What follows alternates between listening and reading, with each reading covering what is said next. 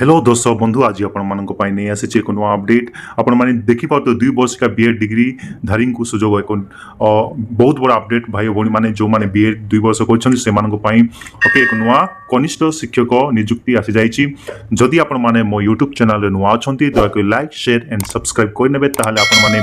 एपरी नुआ नुआ update notifications job related study related एवं जेकोसी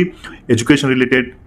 नोटिफिकेशंस इनफॉरमेशन आपण मान को मो वीडियो माध्यम रे जणेबी तो सती पय आपण माने मो YouTube चैनल को लाइक शेयर एंड सब्सक्राइब कर नेबे। आज आपण देखि परिबे ए 2 वर्षीय B.ED डिग्री धारी को सुजोग ओके ए विषय रे आज ए वीडियो माध्यम रे आलोचना करबा संपूर्ण भाव रे वीडियो को देखंतु कोन लेखा हिच ओके देखि नियंतु ओके 2 वर्षीय B.ED डिग्री धारी माने कनिष्ठ शिक्षक पद रे नियुक्ति पाई परियो बोली हाईकोर्ट एक गुरुत्वपूर्ण राय कहिसंती ओके हाईकोर्ट कोन एक गुरुत्वपूर्ण राय कहिसंती जहा कि हाईकोर्ट दौची 2 वर्ष B.ED डिग्री धारी माने मध्य एही कनिष्ठ शिक्षक नियुक्ति पाई आवेदन करि परिबे ओके हाईकोर्ट कार्यकारी मुख्य विचारपति जस्टिस अरविंद सिंह एवं जस्टिस मृगांक शेखर साहू को नहीं गठित खंडपाठ एही निर्देश देवा सह नियुक्ति पाई प्रस्तुत प्रोविजनल तालिका आवेदनकारी नाम उल्लेख करने को निर्देश देइछन्ति ओके जो माने 2 वर्ष B.ED करछन्ती सेमानंकर पाई एक नुआ नियम जहाँकि जारी होउची ओके सेमाने मध्य एक कनिष्ठ शिक्षक नियुक्ति पाई आवेदन करि पारियो बोली आज एक गुरुत्वपूर्ण विषय जहाँकि हाईकोर्ट तरफ एक अपडेट जारी होइची आपण माने देखि पारथुबे ओके नेक्स्ट देखिबा हमें देखंतु रक्षापाल लोकंको पक्षरु आगत मामलार शुणाणी अवसर में अदालत पूर्व हाईकोर्ट जणिकिया विचारपति हेइथिबा आदेश को मध्य रद्द करा जाइछि ओके रद्द कर दैछन्ति सो मामलार जना जाइछि जे विद्यालय एवं गणसंख्या विभाग पक्षरु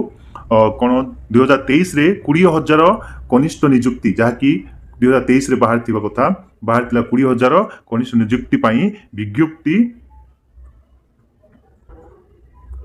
प्रकाश पाई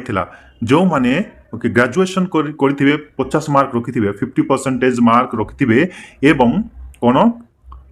एक वर्ष B.ED करथिबे केवल सही माने एही नियुक्ति पाई आवेदन करि पारियो बोली विज्ञप्ति उल्लेख करा जायतिला 2024 रे जहा कि आपण माने देखि पाउतबे 23-24 रे आपण माने 20,000 नियुक्ति कनिष्ठ शिक्षक नियुक्ति जहा कि बाहर थिला सही विषय रे यह लिखा जायछि कि जो माने ग्रेजुएशन रे 50% मार्क रखिछन्ती एवं एक वर्ष B.ED करछन्ती ओके 1 ईयर B.ED करछन्ती सेमानक पाई बोली कि एही कनिष्ठ शिक्षक नियुक्ति आवेदन करिया पाई चांस दिया जाउतला किंतु एबे वर्तमान पाई एक नुआ अपडेट जहा कि आपण माने हाईकोर्ट तरफ जानछन्ती पूरा क्लियर लिखा हिचे 2 वर्ष B.ED डिग्री धारी मानको सुजोग मध्य मिलिबो बोली एही कोन हाईकोर्ट जारी करछि एक नुआ अपडेट जहाँ आपण माने एही वीडियो माध्यम देखुछन्ती तो देखंतु आवेदनकारी 2 वर्षीय B.ED डिग्री धारी हेइथिबारु तांको नाम चयन तालिका काटी दिया जाउथला ओके जेतेबेले जो भाई और माने 2 वर्षीय B.ED करथिले सेमानको कोन सेमानकर ना एही तालिका लिस्ट रु काटी दिया जाउथला ओके सेटा एठी लिखा हिची देखंतु एही निष्पत्ति चैलेंज करी आवेदनकारी हाईकोर्ट रे एक मामला रुजु करथिल ओके एथि पई बोली कि कोन 2024 4 तारिख रे एक आवेदन जो भाई और भणी माने 2 वर्ष B.ED